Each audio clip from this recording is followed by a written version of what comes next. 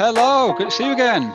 Yeah, thank you for having me back on. Week 6, they're soon flying past now, aren't they? I know, yeah. Yeah, that is quite a long period of time, and people's programs, they'll be well into it now, won't they? And I guess starting to see either some benefits or we heard from Dave about overdoing it, and those sort of scenarios will be panning out a little bit, I guess, this far into it.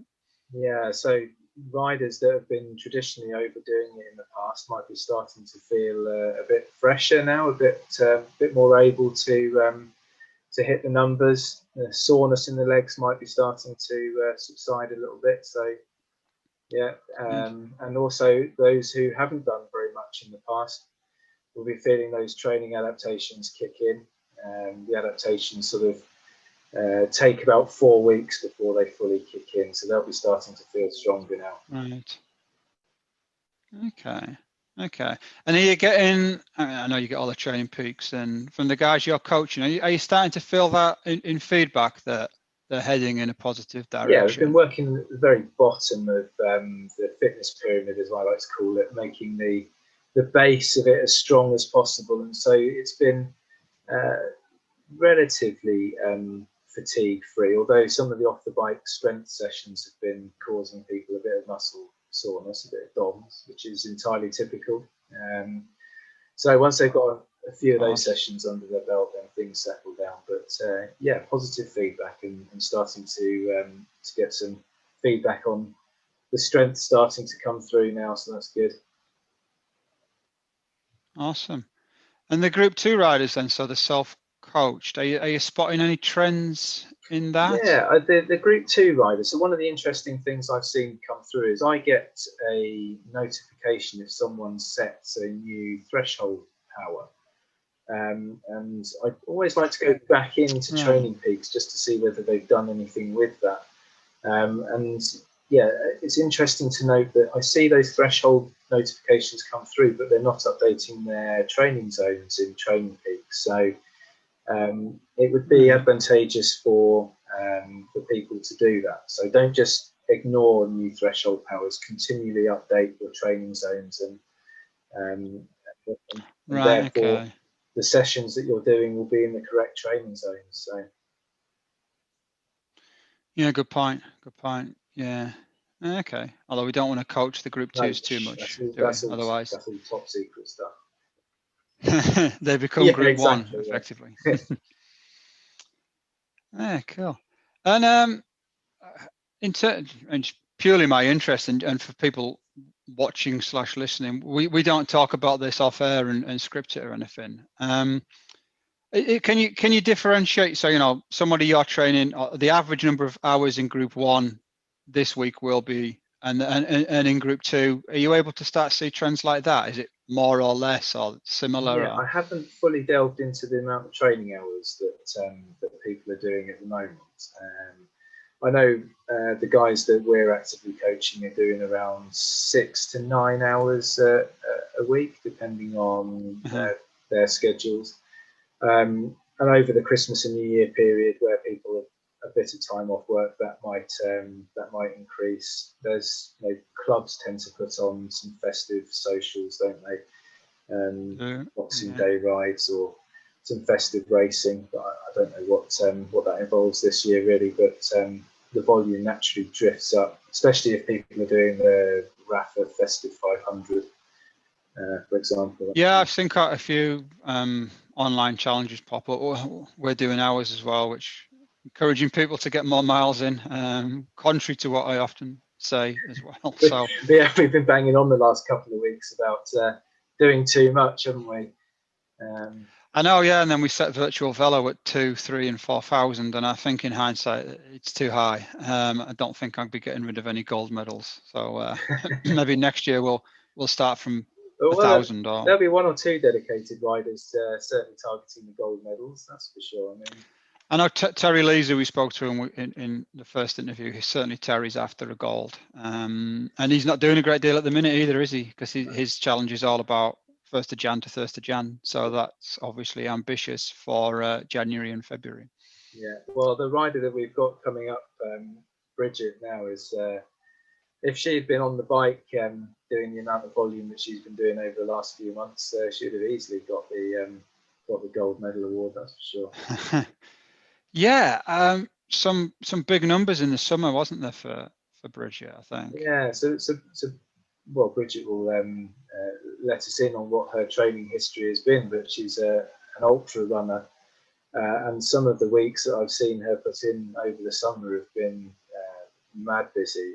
Every day doing something, but they're 24-hour weeks in some cases, training volume wise. It's Wow. big It's volume. huge. Big volume. It's hard for the body to take, isn't it? Yeah. Okay. Well, let's bring in Bridget then, and Bridget's Group 1 then, so coached by you, yeah? Yeah, correct. Yeah. Okay. Welcome, Bridget. Hi, Bridget. Great to have you. Hi, Richard. Hello. So you've been out today up the White Horse Bank, I hear. Yeah, I did my 3-hour endurance session today because I'm still doing some running. So I try and fit my long bike ride midweek and then juggle things around a bit. Right. Okay. So your running's part of your cycling training, is it? Yeah. Or is that, yeah. Well, no, running's sort of my background and before I joined the programme and in previous years, but I've signed up to do the Coast to Coast in a day next year. Oh. So when I saw your request for volunteers, I was like, oh, that will really keep me going over the winter. And I'm really interested in following a cycling programme. We've never followed one before. Okay. So what was your training history through this last season? Because I can see it through Training Peaks, and you've done quite a bit, haven't you? Yeah, I mean, this year's obviously been so strange for everyone with COVID. So I've really just been switching my running and biking and swimming. Even though I'm not a triathlete, I do all 3 disciplines just for cross training. And sportives are just something I've done, say, if I've been injured from running, because of doing the ultra running scene. But I do really enjoy my biking as well. Yeah, because you're putting in some big weeks over the summer, weren't you, volume-wise? Yeah, it was the sort of thing of being bored, and I think that's the real key thing that I'm getting out of this training program it's winding me back, and it's good to do more structured things rather than thinking, right, what am I going to do today? Let's go out for 4 or 5 hours. So I'm really going to be interested into what my bike sessions and sportives are next year from doing this programme. Yeah, because we had David on last week, didn't we? And he was, by his own admission, guilty of doing too much. And so it's a bit of an eye-opener when you come from that background of training as to potentially what you could achieve by actually doing a bit less, really, but in a more structured approach. So you're finding that structured approach helping you in some way? Yeah, definitely. And I mean, I've only just bought a kicker, I'm a week behind everyone else because I only got a kicker. An indoor training is something I've never done apart from the odd session in a gym on a watt bike. So to start working to watts is just a whole new ball game, really. It's a big world out there for doing that, that discipline rather than thinking, right, I'll go out for 1 hour, 2 hours. It's now you're saying, well, you do it between these watts and this. So it's, learning lots. Yeah, great. How would you compare to previous years then, Bridget? Would you say you are doing less or less hours than you would normally this time of year? I'm definitely doing less biking miles at this time of year because I have historically been a bit of a fair weather cyclist. Me too now. So yeah, I'm definitely doing more biking now, but just probably less quantity. Yeah. Well, I mean, that's no bad thing. Obviously, just trying to stay out of all of the horrendous weather is one advantage to doing indoors, but you don't want to be out there putting in huge amounts of distance on the bike if you don't have to, if it's not going to be of any benefit. Yeah. So certainly reining it back in is it's definitely the thing to be doing over winter. Yeah. So goals, you mentioned coast to coast in a day. Have you done anything like that before, or is that a No, brand new challenge on the bike? I've done up to 100 miles before, and I did I did the 4 Dales last year, Tough which route. that sort of inspired me to, and then when I saw the coast to coast, that really floated my boat. So yeah. It's great to have that big goal to go after, isn't it? Because today's not a nice day, and you've been out and done 3 hours, and I'm sure that somewhere in the mind was that event, and it's keeping you going a little bit, no doubt. Yeah, I mean, ultra running wise, I've got the mind, I've got the endurance, but it's just switching that to the biking for next year. What would an ultra runner be doing this time of year normally then? That's not something I'm familiar with.